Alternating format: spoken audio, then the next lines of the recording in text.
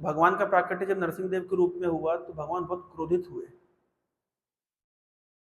इतने क्रोधित हुए कि लक्ष्मी देवी भी उनके पास में जाना नहीं चाहती थी उनको शांत करने के लिए। तब ब्रह्मा जी ने पहले लक्ष्मी देवी से आग्रह किया कि आप जाइए भगवान को शांत करिए। तो लक्ष्मी देवी के पास जाने से भगवान डर रहे थे, मतलब सॉरी भगवान के पास जाने से लक्ष्मी देवी डर रही थी। फिर ब्रह्मा जी ने प्रहलाद महाराज को रिक्वेस्ट किया कि आप जाइए और भगवान को शांत करिए। तो हम देख सकते हैं कि भगवान अपने नरसिंह देव की लीला में इतना एब्जॉर्ब हो गए कि वो पूरा क्रोध प्रकाश कर रहे थे और बिल्कुल अस्थिर हो रहे थे। इस प्रकार से हम देख सकते हैं भगवान भूल जाते हैं कि वे कौन है। इतना अच्छा एक्टर का लक्षण क्या है?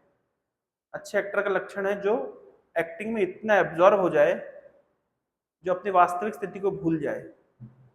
भगवान के अंदर क्रोध नहीं है, बिल्कुल जैसे श्रीमद् भागवत के 7वें स्कंद में ही चर्चा की गई है कि भगवान को इसे देखने में आता है कि भगवान देवताओं का साथ देते हैं और असुरों को मारते हैं। तो परीक्षित ने प्रश्न पूछा सुखदेव गोस्वामी से कि भगवान को किसी से कुछ लेना नहीं है भाई, जब हम किसी का फेवर कब करते हैं? जब किसी से कुछ प्राप्त करना हो। और किसी का विरोध कब करते हैं? जब किसी से हमको द्वेष हो। तो भगवान का किसी से द्वेष नहीं है, फिर वो असुरों का विरोध क्यों करते हैं? और भगवान को देवताओं से कुछ मिलने वाला नहीं है, ऐसी कोई वस्तु नहीं है जो देवता भगवान को दे सकते हैं, तो भगवान देवताओं को फेवर क्यों करते हैं? तो स्वाभाविक प्रश्न है, ना भगवान को किसी की फेवर करने की आवश्यकता है और ना किसी से द्वेष करने की आवश्यकता है। भगवान के अंदर जैसे सामान्य व्यक्ति के अंदर प्रकृति के 3 गुण कार्य करते हैं। बड़ी समस्या है इसको, इतना लंबा जा रहा है, वो हिल रहा है बार बार।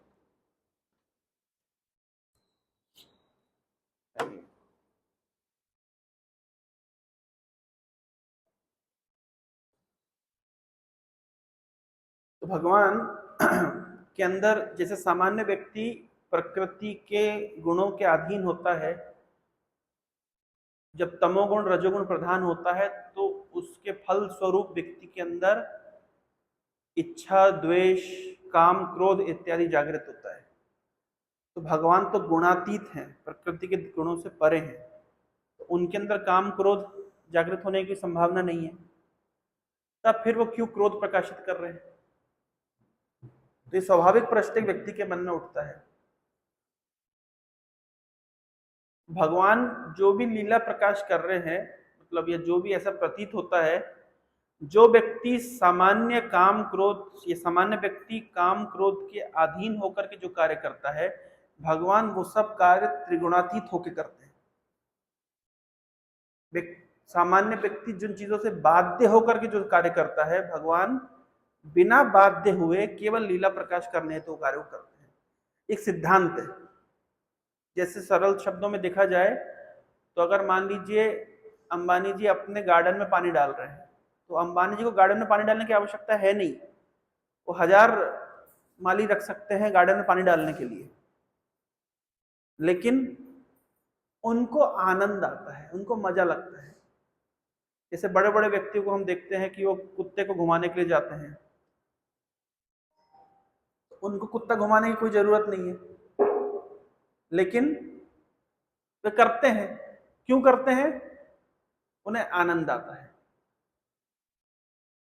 तो उनकी रुचि है, उनका स्वाभाविक शौक है, उन्हें मजा लगता है। तो वही सिद्धांत भगवान के ऊपर भी अप्लाई होता है कि भगवान काम क्रोध के अधीन नहीं है, प्रकृति के गुणों के अधीन नहीं है, फिर भी ऐसे कार्य करते हैं जो प्रतीत होता है कि वे प्रकृति के गुणों के अधीन है। क्यों? ये उनकी लीला है, इसी को लीला कहते हैं। मैंने कई बार बताया है कि वेस्टर्न थियोलॉजी में या दूसरे धर्मों में, पाश्चात्य जगत से जो उद्भव धर्म है या अब्राहमिक रिलीजन जिसको हम कहते हैं, उसमें ये लीला का कॉन्सेप्ट नहीं है, लेकिन हमारे शास्त्रों में लीला का कॉन्सेप्ट है। अगर लीला का कॉन्सेप्ट नहीं होता तो हम नहीं जान पाते कि भगवान का वास्तविक स्वरूप क्या है। जैसे मान लीजिए, जो दार्शनिक भगवान की लीला को नहीं स्वीकार करते, उन्हें भगवान के विषय में क्या मालूम है? उनका ज्ञान कितना सीमित है, आप सोचिए जरा। ऐसे बहुत सारे यूट्यूब के ऊपर गुरु हैं जो भागवत से या अन्य वैदिक पुराणों से भगवान की लीला को लेकर संबंधित उनका कुछ ज्ञान नहीं है, या वो मानते नहीं है। तो अगर उनसे पूछा जाए भगवान का स्वरूप क्या है, तो वो क्या जवाब देंगे? हाँ, भगवान का स्वरूप का उनको कुछ ज्ञान नहीं। स्वरूप से तात्पर्य है उनका रूप तो है ही, साथ साथ उनका भाव कैसा है, वे क्या करते हैं, वो कैसे बोलते हैं, कैसे चलते हैं, कुछ नहीं पता उनको। इसलिए जहां पे भगवान के नाम रूप गुण लीला की चर्चा नहीं है, वो एक प्रकार का छुपा हुआ या ढका हुआ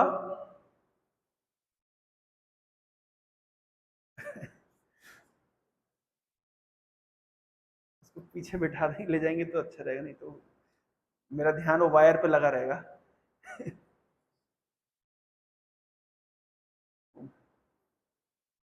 क्लास में कम ध्यान जा रहा है, वायर खींच जाएगी तो प्रोजेक्टर नीचे गिरेगा, 40,000 रुपये का लॉस होगा। मेरा ध्यान वहां पे लगा हुआ है। कथा में ध्यान कम हो रहा है।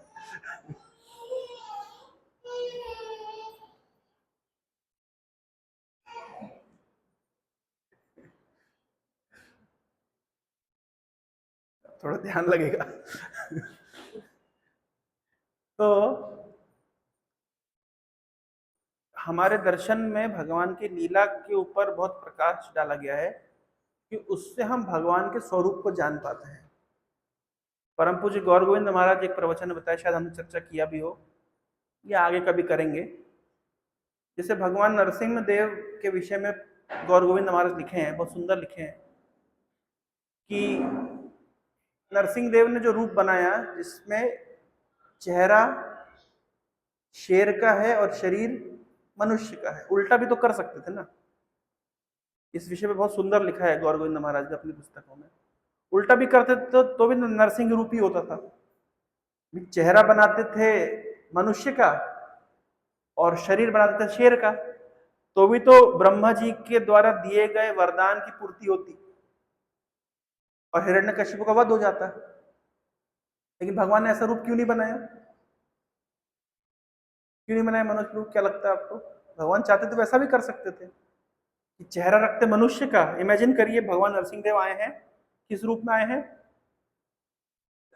चेहरा है मनुष्य का, ये रिकॉर्ड हो रहा है, चेहरा है मनुष्य का और शरीर है शेर का, तो भी तो नरसिंह होता।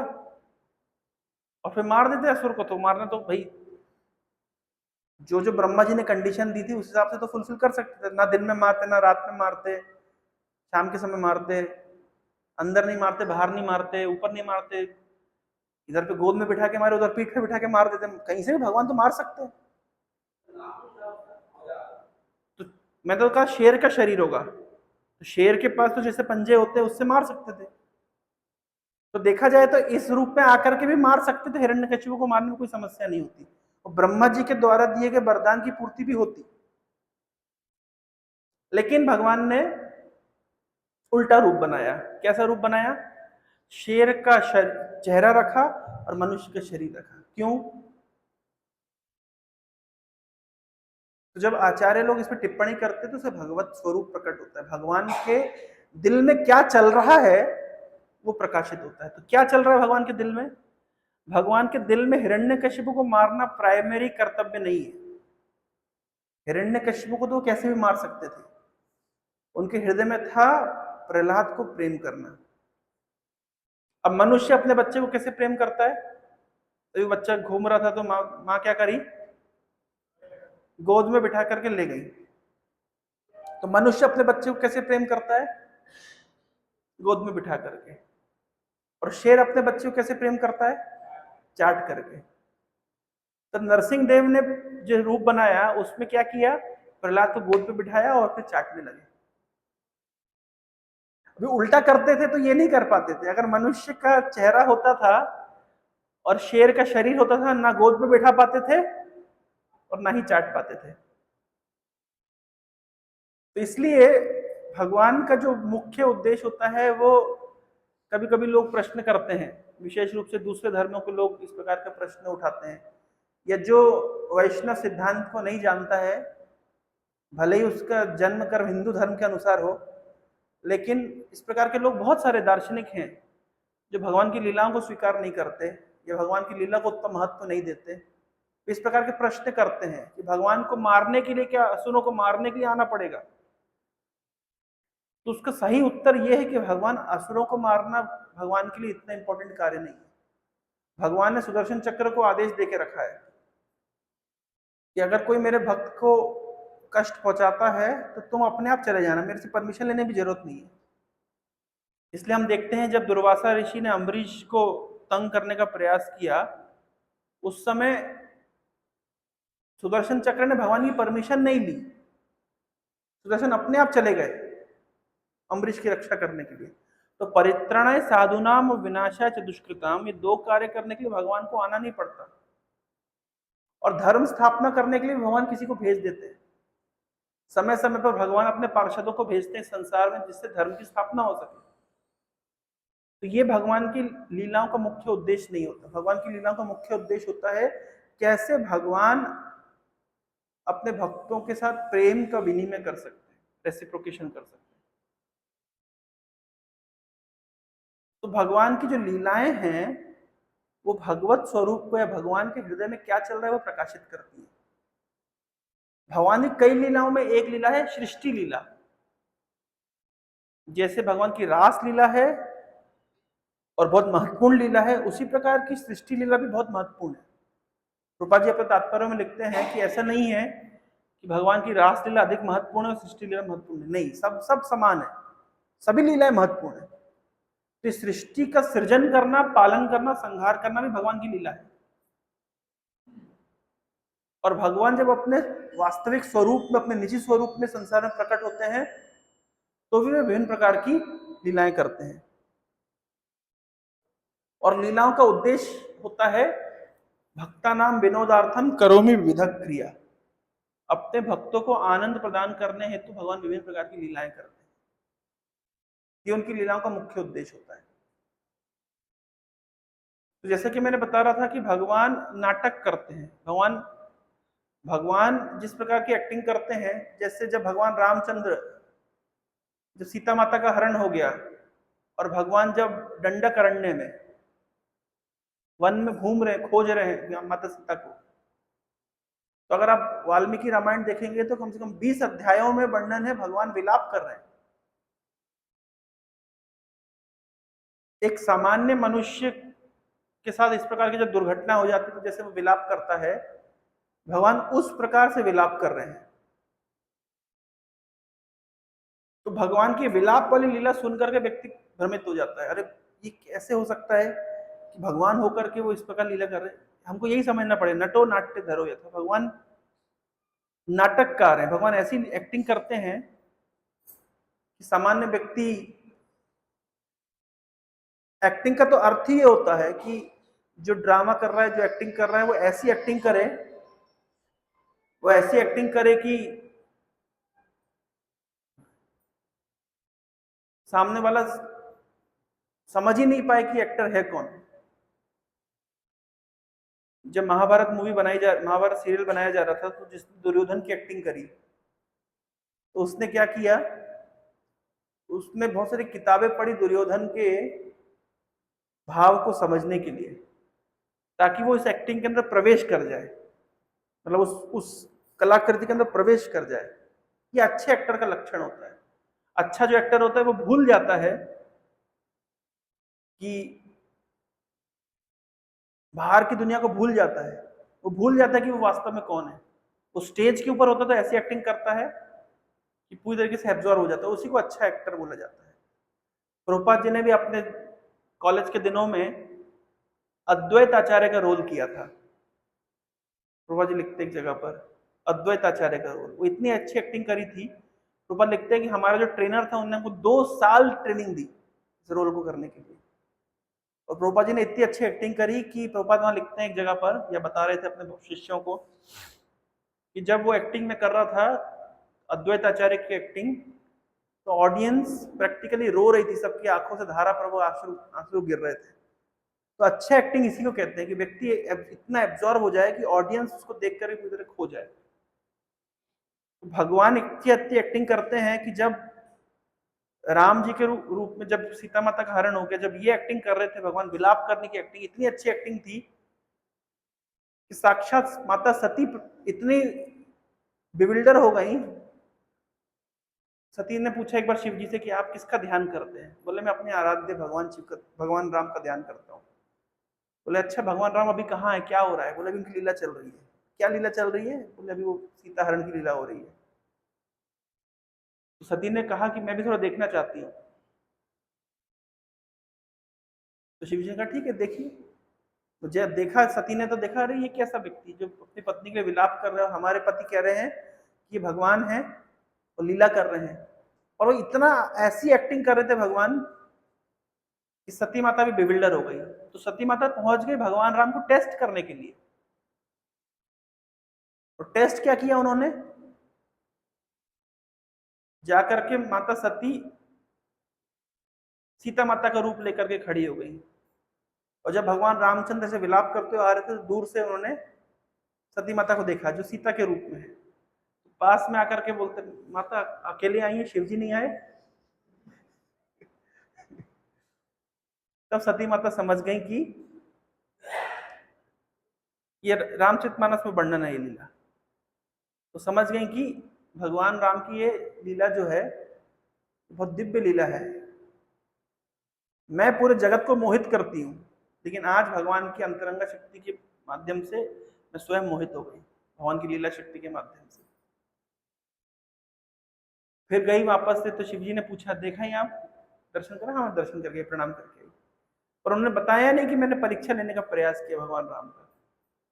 लेकिन तब शिव जी ने मन ही मन विचार कर लिया, समझ गए कि सती राम जी की परीक्षा ले रही है। परीक्षा, मेरे आराध्य भगवान की परीक्षा इस प्रकार की। तो मन ही मन भगवान शिव ने सती को त्याग दिया। बोले अब मैं इनका इस स्वरूप में इनका संग नहीं करूंगा। ये मन ही मन शिव जी ने सोच लिया। और उसके बाद की आप घटना जानते हैं, किस प्रकार से दक्ष का यज्ञ हुआ और सती वहां पे अग्नि में प्रभावित हुई। और आगे चल के फिर पार्वती के रूप में शिव जी ने पुनः उनका संग किया। तो हम देख सकते हैं कि भगवान ऐसी लीला करते हैं कि जिसमें मुह्यंति यत् सूरयः, भागवत के पहले श्लोक में लिखा गया है कि बड़े बड़े देवता लोग भी मोहित हो जाते हैं। यहाँ तक कि भगवान की लीला ऐसी है कि बलराम जी जो भगवान की एक विस्तार है, वो भी मोहित हो जाते हैं। इस प्रकार भगवान लीला करते हैं। जब ब्रह्म विमोहन लीला हुई, तो ब्रह्मा जी ने क्या किया था हम सब जानते हैं कि भगवान कृष्ण के संगियों को वे चोरी करके ले गए। लेकिन भगवान ने तत्काल अपनी शक्ति के विस्तार से, जैसे ग्वाल वाल थे सब उसी एज के, उसी तरीके से उन्होंने एक्सपेंशन कर दिया।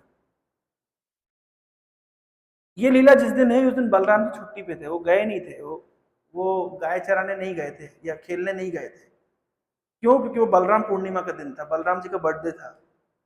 तो जिस दिन बर्थडे होता था सुबह के समय वो गए नहीं थे, क्योंकि उनकी माँ रोहिणी और देवकी, अन्य रोहिणी और यशोदा अन्य माताएं उनके लिए कुछ विशेष पूजा वूजा का आयोजन रखी होंगी। नहीं होता बर्थडे के दिन बच्चों को मंदिर लेके जाया जाता है, पूजा कराई जाती है। तो इसलिए बलराम जी उस दिन खेलने नहीं गए थे। बाकी सब लोग गए थे, पूरा ग्रुप गया था, लेकिन बलराम जी नहीं गए थे। तो बलराम जी को कुछ भी नहीं पता चला। जब खेलने के लिए गए तो पहले गाय गायब हो गई, फिर बछड़े गायब हो, मतलब पहले बछड़े गायब हो गए, फिर ग्वाल बाल गायब हो गए। और कृष्ण फिर समझ गया कि ये भगवान, मतलब भगवान कृष्ण समझ गया कि ये ब्रह्मा जी ने इस प्रकार से मुझे टेस्ट करने के लिए किया है। तो भगवान ब्रह्मा जी कुछ नहीं बोले। वो क्या किए? वो वो अपने ही शक्ति से अपने ही स्वरूप का विस्तार कर दिया ग्वाल वाल बछड़ों के रूप में, और घर वापस आ गए। 1 साल तक ये बात बलराम जी को भी नहीं पता चली। 1 साल तक क्यों, और 1 साल के बाद कैसे पता चली? पता ऐसे चली कि बलराम जी ने एक दिन ऑब्जर्व किया कि जनरली क्या होता है कि जब नया बछड़ा पैदा होता है तो गाय क्या करती है, नए बछड़े को दूध पिलाती है, नए बछड़े को चाटती है, और पुराना बछड़ा क्योंकि 1 साल बड़ा हो चुका होता है तो उसको उतना भाव नहीं देती है। लेकिन अभी क्या हो रहा है, 1 साल के बाद में जो नए बछड़े हैं उसको गाय ध्यान नहीं दे रही है, लेकिन पुराने बछड़े को चाट रही है। और क्या देखा कि हर बार क्या होता था कि ब्रज की जो माएँ थी, जो गोपियां थी, जो यशोदा मैया के एज ग्रुप की जो गोपियां थी, वे अपने बच्चों को इतना ध्यान नहीं देती थी, वो कृष्ण को ज्यादा प्रेम करती थी। लेकिन इस पूरे 1 साल में क्या ऑब्जर्व किया बलराम जी ने कि जैसे वे कृष्ण को प्रेम करती थी, अभी अपने बच्चों को वैसा प्रेम कर रही है। तब बलराम जी ने ये 2 फिनोमेना देखे, गाय अपने पुराने बछड़े को ज्यादा प्यार कर रही है, नए बछड़े को नहीं कर रही है, क्योंकि पुराना बछड़ा कौन है, कृष्ण ही विस्तरित होकर के पुराने बछड़े के रूप में है। तो बलराम ने कृष्ण से पूछ लिया लगभग 1 साल जब खत्म होने वाला था कि कृष्ण सच से बताओ गड़बड़ क्या है। तब कृष्ण बताया कि देखिए ऐसा ऐसा हुआ था, और ब्रह्मा जी इस तरीके से बछड़े चुरा के ले गए और ग्वाल बाल चुरा के ले गए, तो जितने ग्वाल बाल आप देख रहे हैं, बछड़े देख रहे हैं, जब मेरा ही विस्तार है। तो लगभग 1 साल हो गया कि बलराम जी भी भगवान कृष्ण की इस लीला को नहीं समझ पाए, यद्यपि भगवान कृष्ण और बलराम में कोई अंतर नहीं है। इस प्रकार से इसलिए वहां पे लिखा गया मुह्यन्ति यत् सूरयः, भगवान इस प्रकार से लीला विलास करते हैं। तो हमने पिछले सत्रों में चर्चा भी करी थी कि हम भी मोहित थे भगवान की, लेकिन महामाया से, लेकिन भगवान की जो निजी पार्षद है वे भगवान की योग माया शक्ति से भी मोहित रहते हैं। जैसे यशोदा मैया और नंद महाराज कृष्ण को भगवान के रूप में नहीं जानते, हमने सुना था क्यों, क्योंकि भगवान की योग माया शक्ति इस प्रकार से उनके ऊपर आवरण डाल के रखती है। और हमने उदाहरण भी सुना था कि किस प्रकार से हम सबके लिए नरेंद्र मोदी प्रधानमंत्री है, लेकिन प्रधानमंत्री की जो माँ है वे उनको प्रधानमंत्री नहीं मानती, उनके लिए तो वे उनके बच्चे ही है। तो अधिक प्रेम में भी व्यक्ति की स्थिति को भुला दिया जाता है। तो ब्रजवासी क्योंकि बहुत अधिक प्रेम करते हैं भगवान से, इसलिए भगवान की वास्तविक स्थिति को वो, अगर वो वास्तविक स्थिति को जान जाएंगे, ये ब्रजवासी अगर भगवान को भगवान के रूप में देखेंगे तो फिर उनके साथ जो प्रेम का विनिमय हुआ है वो विनिमय हो नहीं पाएगा। श्री रूप गोस्वामी ने एक उदाहरण दिया, मैंने आपको शायद उदाहरण बताया था कि नहीं, मुझे ध्यान नहीं है। जैसे मान लीजिए एक कांच का ग्लास है, मैंने उदाहरण बताया था क्या, उसके अंदर घी रखा हुआ है, घी जानते हैं, घृता घी, लेकिन कैसा घी है, तरल घी है, लिक्विड, और लिक्विड घी है और उसके अंदर एक सोने की अंगूठी है। तो ग्लास, कांच के ग्लास के अंदर लिक्विड घी है, उसके अंदर सोने की अंगूठी है। आप सोने की अंगूठी देख पाएंगे, दिखेगी कि नहीं दिखेगी, लिक्विड घी है, पूरा लिक्विड है, दिखेगी। लेकिन घी जब ठंडा हो जाएगा और कंडेंस हो जाएगा तब वो अंगूठी दिखेगी नहीं। तो यहां पे तुलना करी गई है कि जो सोने की अंगूठी है ये भगवान का ऐश्वर्य है, और ये जो तरल घी है, लिक्विड घी है, ये ब्रजवासियों का प्रेम है, या तरल घी है प्रेम। जब प्रेम तरल होता है तो भगवान का ऐश्वर्य दिखता है, लेकिन जब प्रेम घनीभूत हो जाता है, कंडेंस हो जाता है, तो ऐश्वर्य दिखता नहीं। तो क्योंकि ब्रजवासियों का प्रेम इतना घनीभूत है, इतना कंडेंस है, इतना डेंस है, जिसके फलस्वरूप कृष्ण का ऐश्वर्य प्रकाशित नहीं होता, दिखता नहीं।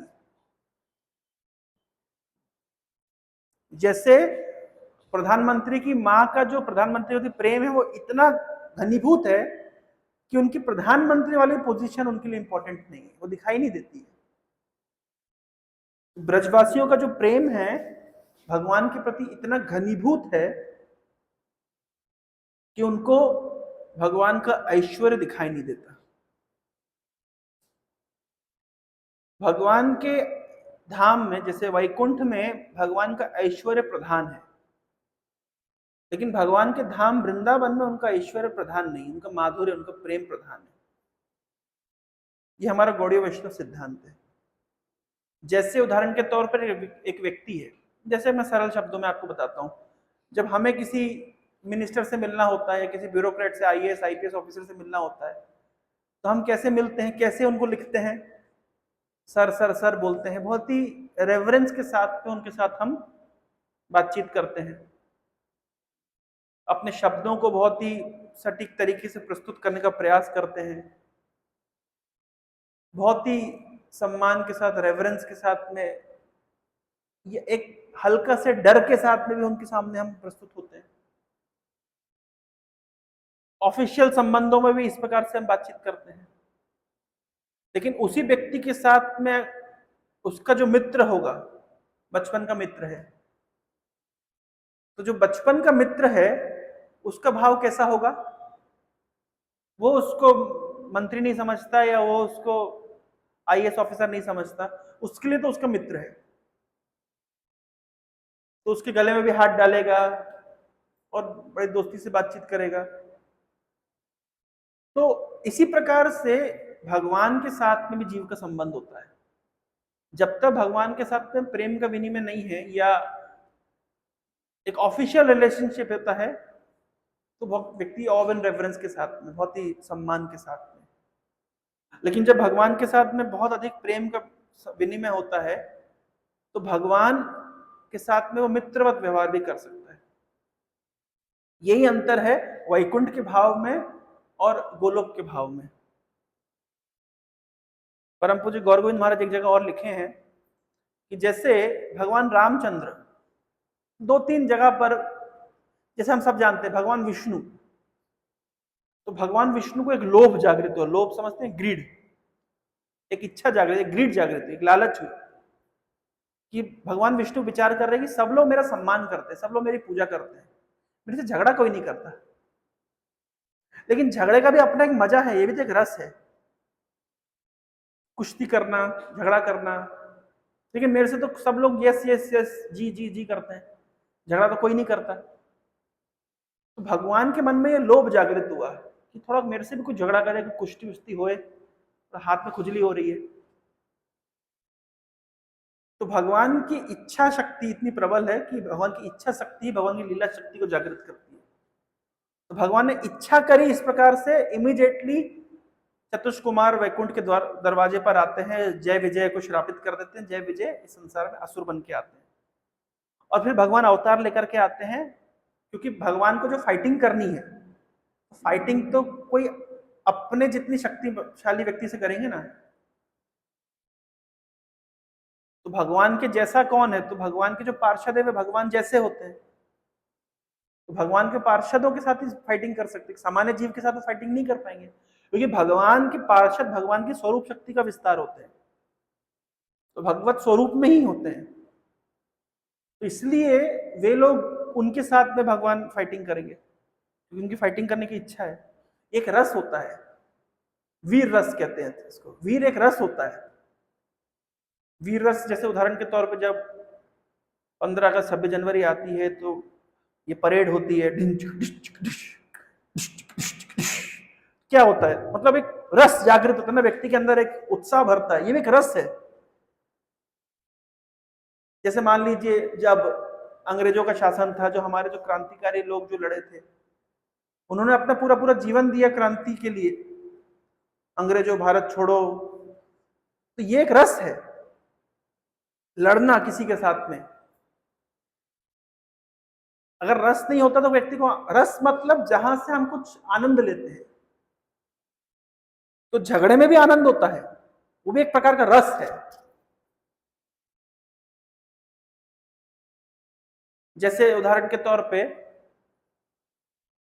जो सोल्जर्स होते हैं, आप कभी उनके जो आर्मी के ऑफिसर्स होते हैं, आप उनके पॉडकास्ट को सुनिए या उनके वक्तव्य को सुनिए, हम वहां गए थे, हमने उसको मार दिया, उसको काट दिया, ऐसा कर दिया, कितना रोमांच के साथ वो बता रहे हैं। इसका मतलब है कि उसमें रोमांच है, क्योंकि ये वीर रस है। अभी प्रश्न होता है ये रस कहां से आया, तो गीता भगवान कह रहे अहम सर्वस्व प्रभु मत्ता सर्वम प्रवर्तते। ये जो रस अगर यहां पे कुछ दिख रहा है तो निश्चित रूप से वो रस भगवान के अंदर भी है, क्योंकि भगवान ही सभी रसों के स्रोत है। रसो वही सह, वेदांत सूत्र में कहा गया है सभी रसों के उद्गार हैं भगवान। तो अगर इस संसार में हम देख रहे हैं कि जो आर्मी ऑफिसर है उसके अंदर कुछ रोमांच है, युद्ध करने का, मारने का, काटने का, उसको रस मिल रहा है, तो वो रस कहां से उद्गम हुआ है? उसका स्रोत भी भगवान के अंदर है। इसका अर्थ है कि भगवान के अंदर भी वीर रस आस्वादन करने का भाव है। लेकिन अब भगवान वीर रस आस्वादन करें किसके साथ? तो भगवान जैसे इच्छा किए, इमीडिएटली योग माया ने ये लीला विलास, ये पूरी सृष्टि कर दी। क्या लीला हो रही है? चतुष्कुमार आते हैं और जय विजय को श्राप देते हैं, जय विजय असुर बन करके आते हैं, और फिर भगवान अवतार लेकर के आते हैं, इन असुरों के साथ में फाइटिंग करते हैं। तो जो फाइटिंग का जो रस का स्रोत है वो भगवान से है, और इस संसार में हम देखते ही है वो। अगर फाइटिंग में रस नहीं होता तो लोग क्यों फिर फाइटिंग करते हैं? कुछ तो रस है ना। इस संसार में कोई भी रस है उसके स्रोत भगवान है, उसको कहते वीर रस। तो विष्णु जी के हृदय में ये इच्छा जागृत हुई, डिजायर जागृत हुई, लोभ जागृत हुआ कि मैं भी थोड़ा वीर रस का स्वादन करूं, और तब वो इच्छा के पूर्ति हेतु ये लीला का विस्तार होता है। इसी प्रकार से भगवान रामचंद्र, नरसिंह देव की भी इच्छा हुई। नरसिंह देव ने जब प्रहलाद को अपनी गोद में बिठाया और चाटने लगे, तब प्रहलाद के चेहरे को देखते हुए नरसिंह देव विचार कर रहे हैं इसको कितना मजा आ रहा है, ये मेरी गोद में बैठा हुआ है और मैं इसको वात्सल्य प्रेम दे रहा हूं, और कितना आनंद में है ये।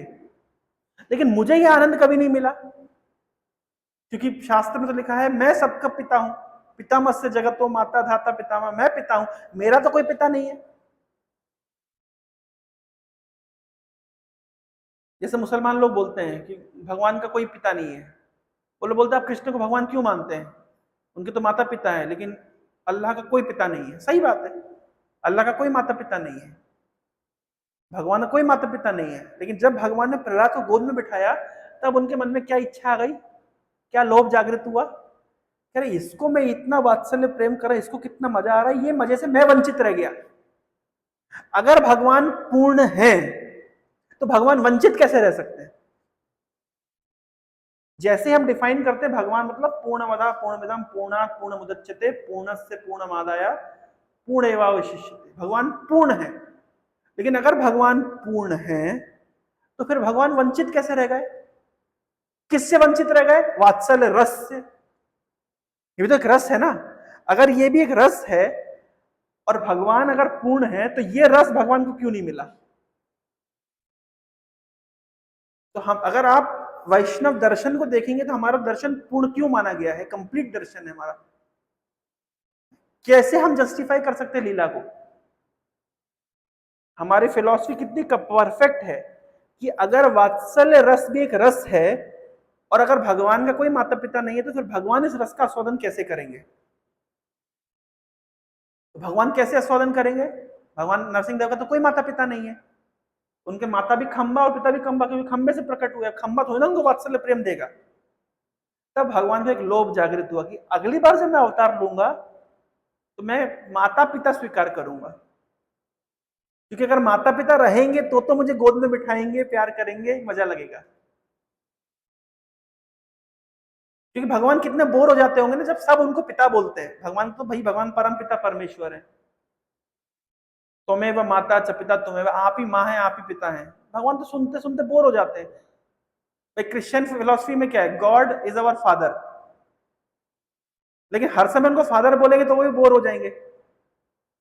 क्यों बोर हो जाएंगे? क्योंकि एक ही रस है कि भगवान फादर है, लेकिन भगवान तो कई रसों के उद्गार हैं, ये कई रसों के भोक्ता हैं। तो केवल एक रस से उनको संबोधित करेंगे, गॉड आप फादर है, फादर है, फादर है, तो भगवान को बोरिंग लगेगा। इसलिए हमारी फिलॉसफी देखिए क्रिश्चियन फिलॉसफी से कैसे बेटर है। क्यों? क्योंकि हमारी फिलॉसफी में गॉड केवल फादर नहीं है, गॉड कभी कभी सन भी बनते हैं। ये कंप्लीट एनालिसिस है। अच्छा, मैं आपसे प्रश्न पूछता हूं कि भगवान पिता हैं, ये इस भाव से पूजा करना, भगवान पुत्र है इस भाव से पूजा करना, दोनों में बेटर क्या है? आप तो थे उस क्लास में इसलिए आपको पता है, जो नहीं था वो बताएगा। मैं वहां पे चर्चा किया था अभी घर पे। बताइए, गॉड इज अवर फादर ये भाव से पूजा करना श्रेष्ठ है या गॉड इज अवर सन ये श्रेष्ठ है? दोनों से बताइए कौन सा भाव उत्तम है? बताइए प्रभु। दोनों ही भाव अच्छे हैं, लेकिन कौन सा भाव और उत्तम है?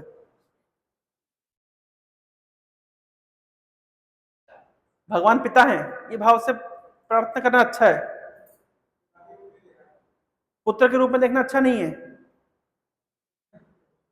कौन सा भाव ज्यादा अच्छा है? क्यों? रीजन भी देना पड़ेगा।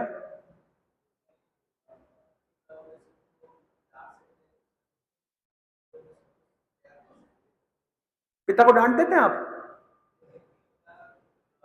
हम एज अ डिवोटी भक्त भगवान को पिता के रूप में देखें ये भाव अच्छा है, या भक्त भगवान को पुत्र के रूप में देखें ये भाव अच्छा है?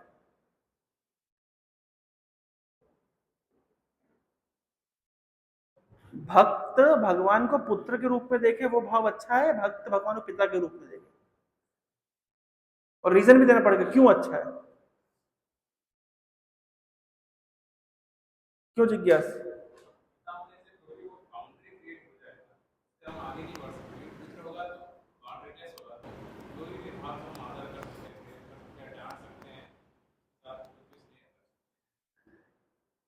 शास्त्र बताते हैं भगवान को पुत्र के रूप में देखना ज्यादा अच्छा है। क्यों? रीजन है, जब हम बोलते हैं भगवान पिता है तब भाव क्या होता है कि मैं पुत्र हूं, और मैं क्योंकि पुत्र हूं और भगवान पिता है तो सारा टेंशन भगवान ले, मैं मजे से पालकी में झूलता रहूं। भाई अगर हम छोटे बच्चे हैं और भगवान हमारे पिता हैं तो पालन पोषण की टेंशन उनकी, टेंशन लेंगे वो, मजे लेंगे हम, सारी जिम्मेदारी उनकी, हम मजे में जिंदगी जिएंगे, है ना। लेकिन जब हम मानेंगे कि हम पिता हैं और भगवान पुत्र हैं तो वो मजे में झूला झूले और सारी टेंशन लेंगे हम। बताइए, पुत्र पिता की सेवा करता है या पिता पुत्र की सेवा करता है? वास्तविकता में क्या होता है? पुत्र पिता की सेवा ज्यादा करता है या पिता पुत्र की सेवा करता है? पिता पुत्र की सेवा करता है, पिता पुत्र की सेवा करता है। पिता जाता है कमा करके लाता है और पुत्र को पालता है, स्कूल भेजता है, कॉलेज भेजता है, सारे खर्चे उठाता है, खटता है, सारी इच्छाएं पूरी करता है। तो सेवा कौन ले रहा है? पुत्र। और कौन कर रहा है? पिता। तो जब हम मानेंगे कि भगवान पिता है हम पुत्र है तो भाव क्या होगा? भगवान हमारी सेवा करे। लेकिन जब हम मानेंगे कि भगवान पुत्र है हम पिता है तो भाव क्या होगा? हमें भगवान की सेवा करनी। इसलिए क्रिश्चियन फिलॉसफी में, दूसरी फिलॉसफी में भगवान पिता है, हम पाप कर्म करेंगे, सारे पापों का जो भार है वो भगवान को देकर खुद चैन से सो जाएंगे। तो ये कैसी फिलॉसफी है? ये मतलब खुद मजे में रहो और भगवान खटते रहे। ये हमारी फिलॉसफी नहीं है।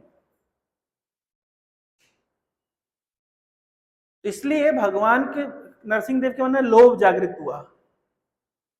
क्या लोभ जागृत हुआ? कि काश मेरे भी माता पिता होते तो मुझे वात्सल्य प्रेम देते, जिस वात्सल्य प्रेम के फलस्वरूप जो प्रहलाद इतना प्रसन्न चित्त है, इतना आनंद भोग रहा है, वैसा आनंद का आस्वादन करने का अवसर मुझे भी मिले। इसी प्रकार से भगवान रामचंद्र, इनके जितने मित्र हैं, भगवान रामचंद्र के साथ सख्य रस में कौन कौन थे? विभीषण थे, सुग्रीव थे। लेकिन इनका जो भाव है भगवान के साथ में वो कैसा भाव है? बहुत ही रिस्पेक्टफुल फ्रेंडशिप है। बहुत ही सम्मान के साथ में, रिस्पेक्ट के साथ में मित्रता निभाते हैं। लेकिन मित्रता में भाव क्या होता है वास्तविकता में? जो मित्र है वो अपने दूसरे मित्र के गले में हाथ डाल के घूमे, बातचीत करे, एक साथ एक ही पलंग पे सो जाए, खाए पिए, इसको तो ये रस भगवान रामचंद्र को मिला नहीं। तो फिर भगवान को, रामचंद्र को भी लोभ जागृत हुआ, अरे भाई मैं यद्यपि भगवान हूं लेकिन मैं तो वंचित रह गया ना इस रस से, मुझे भी ये जो इस प्रकार की मित्रता का रस आस्वादन करना है। तो इसलिए फिर भगवान रामचंद्र नेक्स्ट अवतार में, कृष्ण अवतार में पूर्णतः कंप्लीट हो गई सारी इच्छाएं। वीर रस का स्वादन भी हो गया जो विष्णु जी को करना था, नरसिंह देव को जो वात्सल रस का स्वादन करना था वो भी हो गया, यशोदा मैया और नंद महाराज ने जितना वात्सल्य प्रेम दिया, इतनी गोपियों ने वात्सल्य प्रेम दिया, ये रस राम जी को बहुत कम मिला। कभी सुना आपने रामलीला? राम जी बिल्कुल बिल्कुल नटखट बालक बिल्कुल नहीं थे, बिल्कुल सीधे बालक थे, ना इन्होंने कभी मटकी फोड़ी, ना इन्होंने कुछ मस्ती करी। अधिक से अधिक राम जी की बाल लीला में हम कितना सुनते हैं? कितनी बाल लीला सुनी राम जी के विषय में हमने? थुमक चलत रामचंद्र पाजत पई जनिया, इतनी सुनी है, इसके अधिक सुनी नहीं है कि भाई ठुमक ठुमक मार के राम जी चल रहे हैं, इतना सुना है। इससे अधिक क्या सुना है? सुना है ही नहीं। तो आप पढ़ लीजिए रामायण, मिलेगी नहीं। ना उन्होंने बाल रस का आनंद लिया उतना, ना उन्होंने मित्रवत रस का आनंद लिया। तो ये सारे रसों को भी पूर्णतः किसने आस्वादन किया? कृष्ण ने। तो कृष्ण लीला में उनका जो विष्णु वाला रस था, इच्छा थी, वो भी पूरी हो गई, वीर रस का स्वादन करने की। नरसिंह देव की जो वात्सल रस का स्वादन करने की इच्छा थी वो भी पूरी हो गई।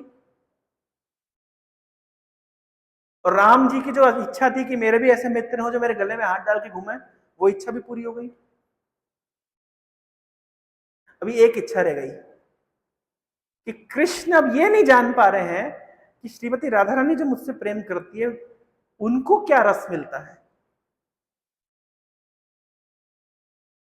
मेरे अंदर ऐसा क्या है कि गोपियां और विशेष रूप से श्रीमती राधा रानी इतनी पागल है? मेरे अंदर ऐसा है क्या? भाई जैसे मान लीजिए कृष्ण बहुत हैंडसम है, बहुत सुंदर दिखते हैं, पर कृष्ण जो सुंदर दिखते हैं तो कृष्ण की सुंदरता का जो रस है वो कौन आस्वादन करता है? गोपियां आस्वादन करती, कृष्ण स्वयं तो आस्वादन नहीं कर पाते बेचारे। तो कृष्ण बोले मैं भगवान होकर के फिर पछता रहा हूं, क्यों? क्योंकि मेरे अंदर इतना रस है, इतना माधुर्य है, इतनी सुंदरता है, इतना मधुर, मतलब मधुरम अधरम मधुरम वदनम मधुरम, तो कृष्ण बहुत मधुर है। लेकिन कृष्ण इतने मधुर हैं कि, लेकिन समस्या यह कि कृष्ण अपनी स्वयं की मधुरता को चख नहीं सकते। और कौन चख रहा है कृष्ण की मधुरता को? राधा रानी चख रही है, अन्य गोपियां चख रही है, तो कृष्ण वंचित अनुभव कर रहे हैं। तो फिर कृष्ण के मन में लोभ जागृत हुआ, कह रहे मेरे अंदर ऐसा क्या है, जरा मैं भी तो जानूं। तब कृष्ण राधा रानी के भाव में कलयुग में चैतन्य महाप्रभु के रूप में प्रकट हुए। तो देखिए ना, भगवान की जो अलग अलग लीलाएं हैं, भगवान का अलग अलग समय पर अलग अलग लोभ जागृत हो रहा है। उस लोभ की पूर्ति करने हेतु भगवान अलग अलग अवतार ले रहे हैं। तो ये भगवान के आने के मुख्य कारणों में से एक है। जीवों का उद्धार करना ये भगवान का सेकेंडरी पर्पस होता है। प्राइमरी पर्पस होता है भगवान इन लीलाओं के माध्यम से रस का आस्वादन करते हैं। भोक्ता राम यज्ञ तपसाम सर्व लोक महेश्वर, भगवान भोगते हैं इन रसों को।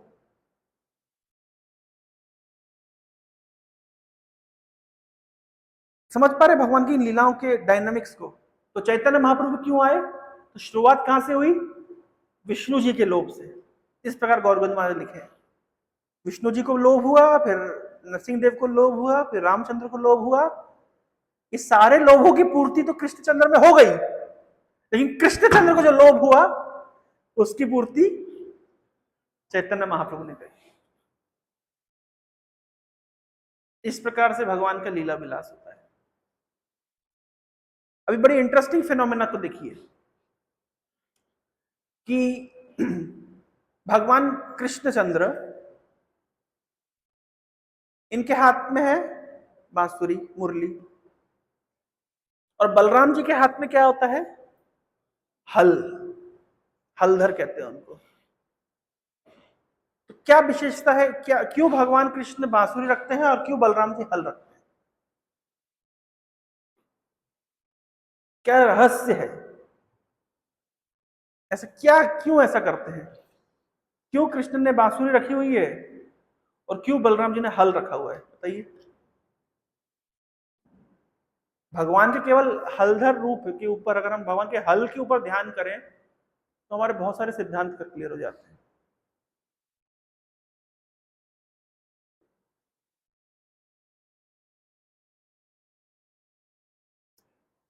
बताइए।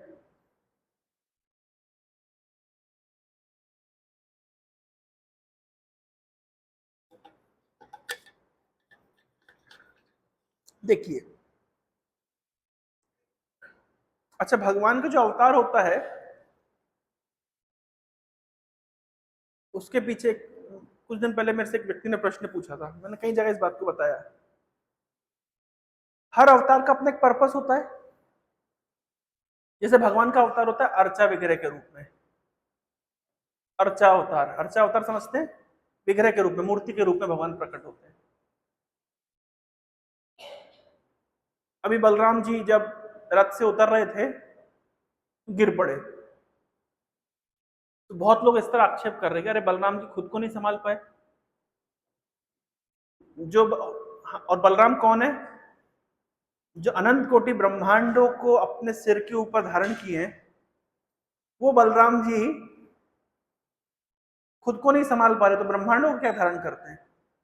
लोग प्रश्न उठते हैं ना, तो स्वाभाविक प्रश्न उठता है। मनोज प्रभु के हृदय में तो प्रश्न बहुत दिनों चल रहा है।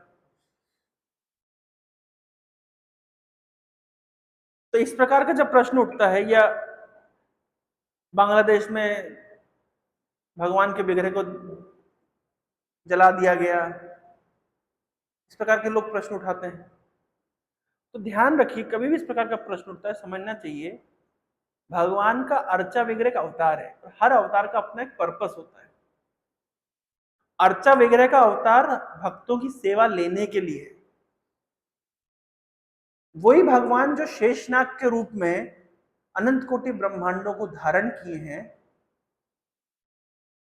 लेकिन अर्चा विग्रह के रूप में केवल भक्तों की सेवा लेने के लिए बैठे हैं। वहां पे उनका पर्पस ये नहीं है कि वो ब्रह्मांड धारण करें, वहां केवल सेवा लेने के लिए बैठे हुए हैं। अर्चा विग्रह के रूप में भगवान, भाई मान लीजिए ऑल्टर में हम देखते हैं कि भगवान के ऊपर मक्खी बैठ गई, तो लोग बोलते हैं जो अपने गाल के ऊपर बैठी मक्खी नहीं भगा सकता, वो क्या हमारी रक्षा करेगा? तो भैया, अर्चा विग्रह का काम मक्खी भगाना नहीं है, ये भक्त का काम है। ये अर्चा विग्रह की सेवा करना हमारा काम है। अगर हम अच्छी सेवा नहीं कर रहे, प्रमाणित हो रहा है कि इसलिए मां मक्खी बैठी हुई है, इससे यही प्रमाणित होता है कि हमारी सेवा में कमी है। इसे भगवान की शक्ति कम नहीं हो रही है, ये भगवान की शक्ति कम है ऐसा प्रमाणित नहीं हो रहा है। क्या प्रमाणित हो रहा है?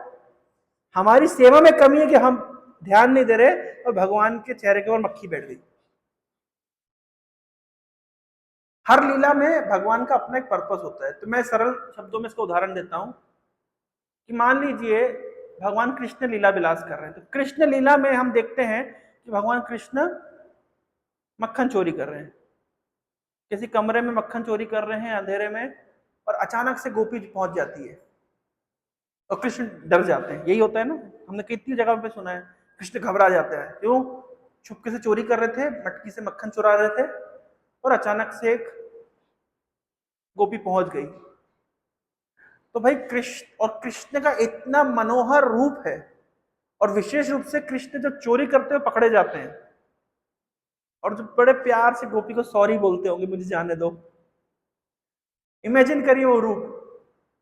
उससे क्या होता होगा? उससे गोपी के हृदय में वात्सल्य प्रेम कई गुना बढ़ जाता है। तो ये कृष्ण रूप में ही ये लीला हो सकती है। इमेजिन करिए कि गोपी गई किसी कमरे के अंदर और कृष्ण मक्खन चुरा रहे हैं, और गोपी ने लाइट चालू करी, देखा तो कृष्ण नहीं, वहां पे नरसिंह देव है। अभी क्या होगा? इमेजिन करिए,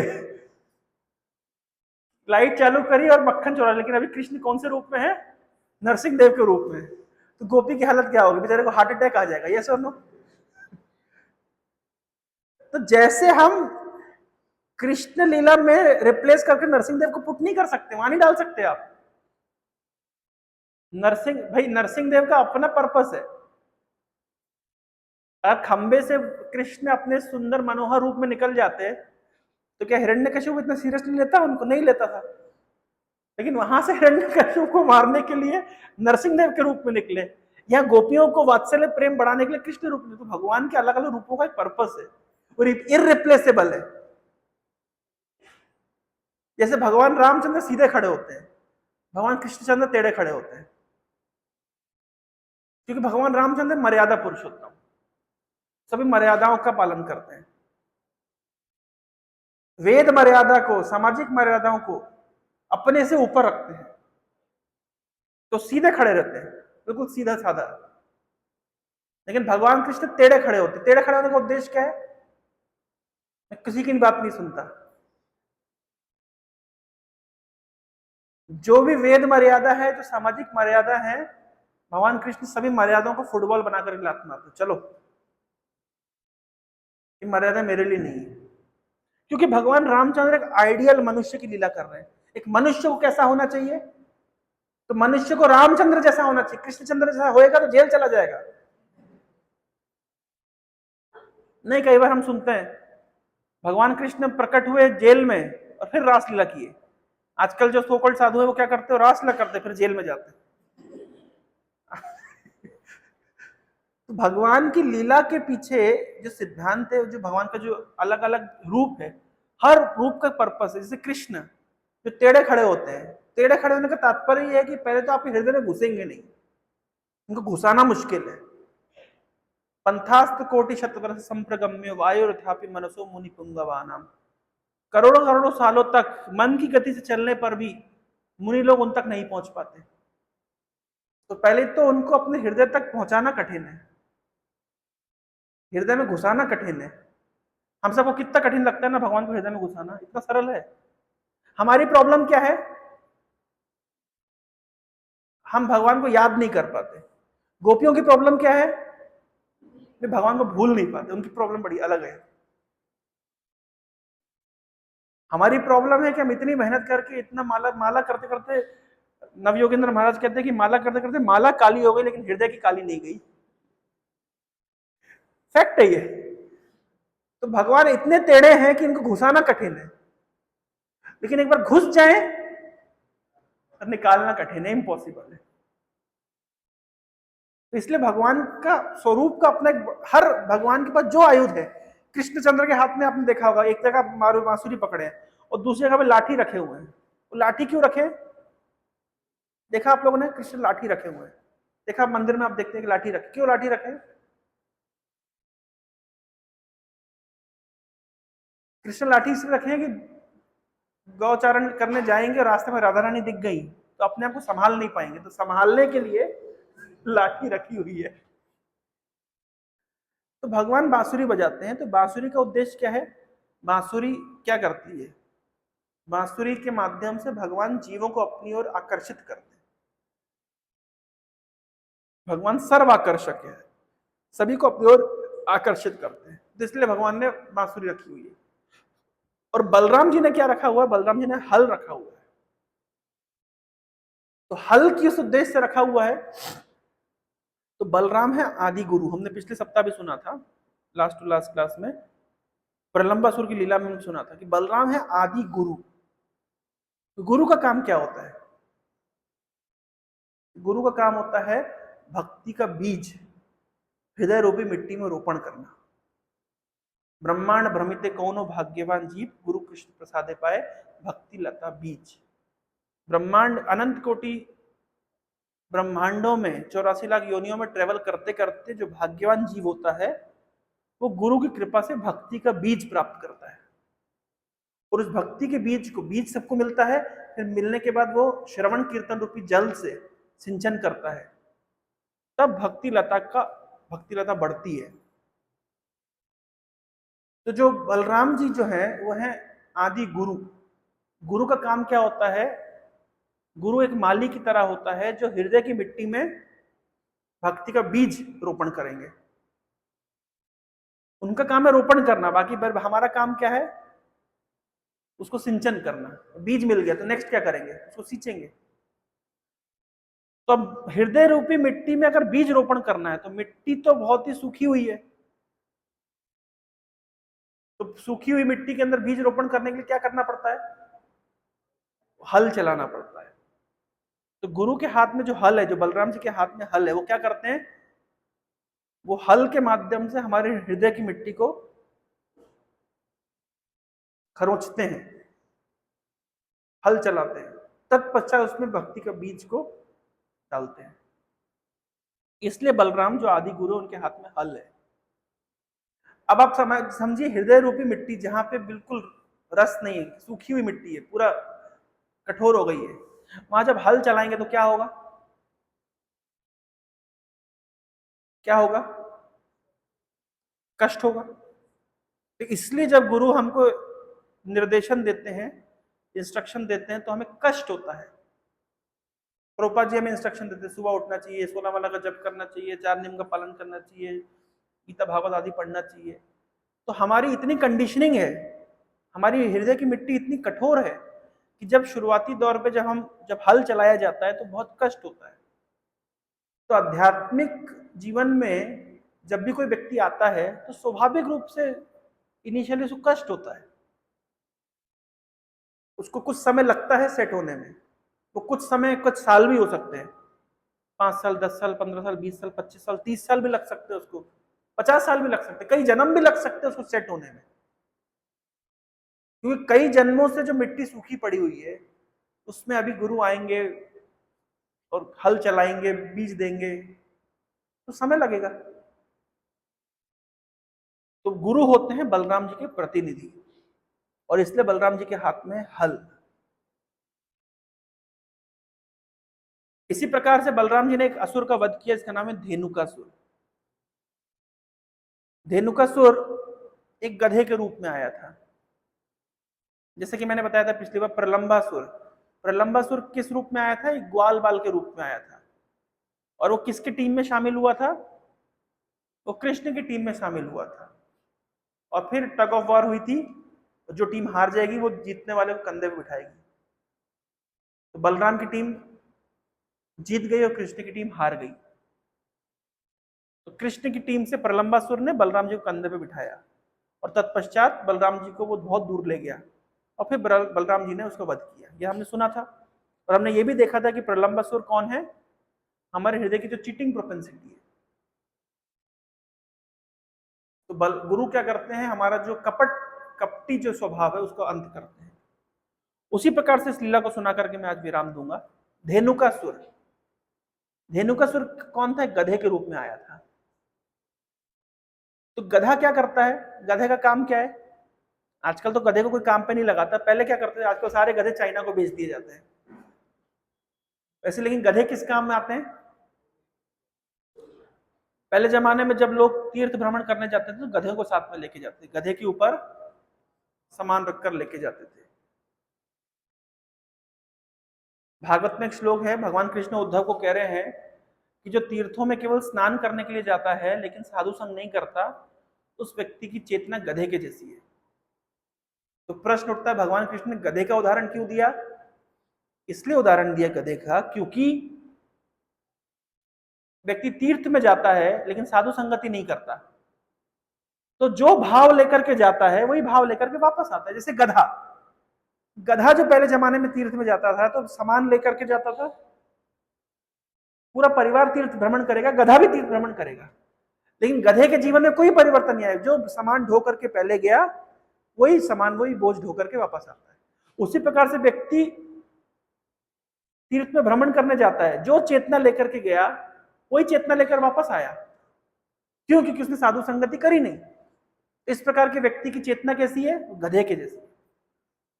जैसे गधे के जीवन में कोई परिवर्तन नहीं हुआ, वैसे ही उस व्यक्ति के जीवन में कोई परिवर्तन नहीं हुआ। क्यों परिवर्तन नहीं हुआ? क्योंकि उसने साधु संग नहीं किया। इसलिए भगवान कृष्ण उद्धव को कह रहे हैं कि जो तीर्थ में जाता है लेकिन जनेषु अभिगेषु स एव गोखरा, लेकिन जो भगवान के भक्तों की संगति नहीं करता है, जो साधु संग नहीं करता है, लेकिन केवल तीर्थ में जाता है कि भ्रमण करके आएंगे, थोड़ा सा घूमने का घूमना हो जाएगा, तीर्थ का तीर्थ हो जाएगा। लोग आजकल ऐसे जाते हैं। तो तीर्थ में जाते हैं, गंगा में स्नान करते हैं, हर की पौड़ी में स्नान करते हैं, प्रयाग में स्नान करते हैं, लेकिन साधु संगति नहीं करते और वापस आते, तो उनकी चेतना भी वैसी ही, जैसे गए थे वैसे ही वापस आए। चेतना में कोई परिवर्तन नहीं हुआ। इसलिए इस प्रकार के व्यक्ति को गधे के साथ तुलना करी गई है। तो गधा भाड़ होता है। फेमस कथा आप लोगों ने सुनी होगी। एक बार की बात है कि गधा, उसका मालिक उसके ऊपर नमक रख के लेके जाता था, बड़ा भारी होता था और नदी का पार करनी पड़ती थी। तो एक दिन क्या हुआ, गलती से गधा नदी में फिसल गया, गिर गया। तो जब बाहर निकला तो बड़ा हल्का हल्का लग रहा था उसको। क्यों? जो नमक था वो पानी में घुल गया। अब गधे को अकल आ गई। अब हर दिन ऐसे ही करने लगा। हर दिन उसका मालिक लेकर के जाता, गधा ऐसा एक्टिंग करता कि इसको ठोकर लग गई, गिर जाता, नमक सारा घुल जाता, बाहर निकलता, बड़ा आसानी से जाता। लेकिन गधा तो आखिर गधा है। एक दिन उसका मालिक समझ गया गधा ज्यादा चालाक हो गया है, तो मालिक ने अब क्या किया है, उसे पीठ के ऊपर रुई रख दी। गधा सोच रहा है आज तो बड़ा हल्का हल्का लग रहा है, लेकिन कोई बात नहीं, हल्का लग रहा है तो क्या और हल्का कर लेते हैं। तो जैसे पानी में गिरा, अब उठा तो कई गुना वजन बढ़ गया। क्यों? रुई पानी है, एब्जॉर्ब कर ली और गधा आखिरकार गधा ही रहा। तो गधा का क्या कार्य होता है? गधा भार होता है। तो धेनुकासुर क्या करता था? धेनुकासुर कहाँ एम्प्लॉयड था? तो ताल वन में ताल के वृक्ष थे जहां पे ताल फल लगे हुए थे। तो एक दिन कृष्ण के ग्वाल बाल सखाओं ने क्या कहा कि कृष्ण चलो वहां पे हम लोग ताल के फलों का आस्वादन करेंगे। तो कृष्ण का ठीक है, लेकिन ताल वन की रक्षा कौन करता था? धेनुकासुर। तो ताल वन किसका था? कंस के अंडर में था। तो सारे फल कंस के पास जाते थे, कुछ फल धेनुकासुर को भी मिलते थे, तो वो उसकी रक्षा करता था। लेकिन जब कृष्ण के ग्वाल बाल सखा वहां पहुंच गए तो धेनुकासुर से सहन नहीं हुआ और वो उनको फल देने से मना कर दिया। फिर कृष्ण गए, धेनुकासुर को उठा उठा के पटका और उसको मार, बलराम जी ने धेनुकासुर को मार दिया। बहुत सरल लीला है। हमारे लिए क्या काम है इस लीला का? हमारे लिए ये काम है लीला का, धेनुकासुर जैसे कि मैंने बताया, गधा क्या करता है? भार होता है, और बलराम जी ने धेनुकासुर को मार दिया। उसी जिस प्रकार से धेनुकासुर भार होता है, हमारे हृदय के अंदर भी संसार की भार को ढोने की प्रवृत्ति है। भक्ति में आने से पहले हम बाहर की चीजों को कितना सीरियसली लेते थे। किसी ने हमको कुछ बोल दिया तो कई दिनों तक मन में रहेगा। फलाने की शादी में गए थे 25 साल पहले, उसने हमसे चाय नहीं पूछी थी, तो 25 साल से भाड़ हो रहे हैं। और क्या भाड़ हो रहे हैं? कि उसने हमसे चाय नहीं पूछी थी। ऐसा मीम बनता है ना कि जब तक शादी में फूफा जी रूठे नहीं तब तक मजा नहीं आता। तो सारी शादी में फूफा जी रूठ ही जाते हैं। कुछ फूफा जी निश्चित होंगे जो शादियों में रूठते हैं। संसार की वस्तुओं को हम इतना सीरियसली लेते हैं। किसी ने हमको कुछ बोल दिया, किसी ने हमको कुछ कह दिया, कुछ लॉस हो गया, हमारी प्रवृत्ति होती है, हम बहुत सीरियसली लेते हैं। यस्याम में सूर्य माणानाम कृष्णम परम पुरुषे भक्तिर उत्पद्यते पुंसाम शोक मोह भयापह। भूतकाल का शोक, वर्तमान का मोह और भविष्य का भय, ये भार हमारी चेतना के ऊपर हमेशा रहता है। लेमेंटेशन, भूतकाल में जो हम नहीं प्राप्त कर पाए, काश थोड़ी और पढ़ाई कर लेता तो आगे कितना आगे निकल जाता, थोड़ा सही जगह इन्वेस्ट कर लिया होता तो आज में कहाँ होता। कई चीजों को लेकर के भूतकाल का शोक, वर्तमान का मोह क्या करना चाहिए क्या नहीं करना चाहिए हमेशा बना रहता है। और भविष्य का भय, ये हमारी चेतना के ऊपर भार है। जैसे गधा भार ढोता है, वैसे हम भी भूतकाल का शोक, भविष्य का मोह और वर्तमान के भय का भार सदा ढोके रखते हैं। इसलिए हमारे हृदय में भी धेनु का सुर फलीभूत हो रहा है। तालवन के अंदर ताल के वृक्ष के लगने वाले ताल के फलों को खा रहा है, मजे से रह रहा है। हमारे हृदय रूपी तालवन के अंदर धेनु का सुर बड़े मजे से रह रहा है और क्या भार उठा रहा है? शोक, मोह और भय। अब एंट्री होती है किसकी? बलराम की, यानी गुरु की। गुरु अपने आध्यात्मिक ज्ञान से, बलराम जी ने जिस तरीके से अपने आध्यात्मिक बल से धेनुकासुर को वध किया, गुरु अपने आध्यात्मिक ज्ञान रूपी आध्यात्मिक बल से हमारे हृदय में पलने वाले धेनुकासुर का वध करते हैं और हमें शोक, भूतकाल के शोक से, वर्तमान के मोह से और भविष्य के भय से मुक्ति मिलती है। तो हम भी सरल, हल्का अनुभव करते हैं। कभी आप लोगों ने भारी अनुभव किया है? कभी कभी डर लगता है, एग्जाम का रिजल्ट आने वाला होता है तो यहाँ पे एक अलग सा भारीपन सा लगता है। कभी अनुभव किया? कोई साइंस इसको डिफाइन नहीं कर सकती कि भारी कहां लग रहा है, पर लगता है। साइंस के पास कुछ चीजों का उत्तर नहीं है। आप दुख में आंसू बहाएंगे तो आंखों से जो पानी गिरेगा वो नमकीन होगा, और प्रेम में आंसू जो बहाएंगे वो मीठा होगा। इस साइंस के पास कोई जवाब नहीं है। कुछ चीजों का उत्तर साइंस नहीं दे सकता। भाई माँ वैष्णो देवी की चढ़ाई चढ़ रही है, उसकी गोद में उसका बच्चा है, तो साइंस कहता है कि बच्चे का वजन 15 किलो का है, 15 किलो का भार है। माँ कह रही कोई भार नहीं है। अभी साइंस के पास का उत्तर नहीं है, भार है कि नहीं है, क्योंकि साइंस तो कह रही है भार है, फिजिकली देखा जाए तो भार है, लेकिन माँ को वो भार का अनुभव नहीं हो रहा है। क्यों? तो कुछ चीजों का उत्तर साइंस के पास है नहीं। प्रेम के आंसू अलग होते हैं। प्रेम के जो जो क्रोध के आंसू होते हैं, या द्वेष के आंसू होते हैं, या शोक के आंसू होते हैं, वो गर्म होते हैं। प्रेम के आंसू ठंडे होते हैं, टेम्परेचर भी अलग होता है। साइंस के वजह से कोई उत्तर नहीं है, लेकिन वास्तविकता है। तो कभी कभी हमको यह भार का अनुभव होता है जब हमारा कोई निजी व्यक्ति किसी कष्ट में होता है, हॉस्पिटल में होता है, या हमारा भविष्य अनसर्टेन होता है, या कभी हम किसी से, कोई हमसे आगे निकल जा रहा है प्रतिस्पर्धा में, तो हमको एक भारी भारी से फीलिंग यहाँ पे होती है। ये सबने अनुभव किया अलग अलग स्तर पर। जब लोभ सताता है, ईर्ष्या सताती है, काम सताता है, तो अलग से एक भार का अनुभव होता है। ये भार का अनुभव हो रहा है मतलब धेनुकासुर अभी एक्टिव है। लेकिन जब गुरु के माध्यम से हम आध्यात्मिक ज्ञान को पालन करते हैं, आध्यात्मिक ज्ञान को प्राप्त करते हैं, तो सारा भार रिलीज हो जाता है। तो भार रिलीज होने का भी हमको अनुभव है। इसका अर्थ क्या है कि अभी बलराम जी एक्ट कर रहे हैं, काम कर रहे हैं। तो ये हम प्रत्यक्ष इसकी अनुभूति कर सकते हैं। तो बलराम जी ने धेनुकासुर का वध किया, उसी प्रकार से गुरु हमारे हृदय में पल रहे धेनुकासुर का वध करते हैं, जो संसार का भार ढोने की जो हमारी प्रवृत्ति है उसको नाश करते हैं। तो ये है बलराम जी की महिमा। तो जब भी हम भगवान की लीलाओं को श्रवण करते हैं तो हमें इमीडिएटली देखना चाहिए कि हमसे क्या संबंधित है। बलराम शब्द का अर्थ होता है बल, और राम। दो प्रकार के बल होते हैं, एक आध्यात्मिक बल, एक भौतिक बल। शारीरिक बल, किसी को कंट्रोल करने का बल, पोजीशन पावर का बल बहुत क्षणिक होता है। आज वो बल है जब तक पोजीशन पे है। आज कोई ब्यूरोक्रेट है, इसके बहुत पावर है, कल रिटायर हो जाएगा, कोई उसको पूछेगा भी नहीं। तो कहां गया वो बल? विद इन मोमेंट्स खत्म हो जाता है, क्षणों में वो बल खत्म हो जाता है। आज कोई व्यक्ति बहुत आकर्षक है, जो फिल्म एक्ट्रेस होती है वो लोग बहुत परेशान रहती है, क्योंकि जब तक वो सुंदर या आकर्षक होती है तब तक उनकी फैन फॉलोइंग रहती है, लेकिन जैसे जैसे उनकी एज बढ़ती चली जाती है उनकी फैन फॉलोइंग घटती है।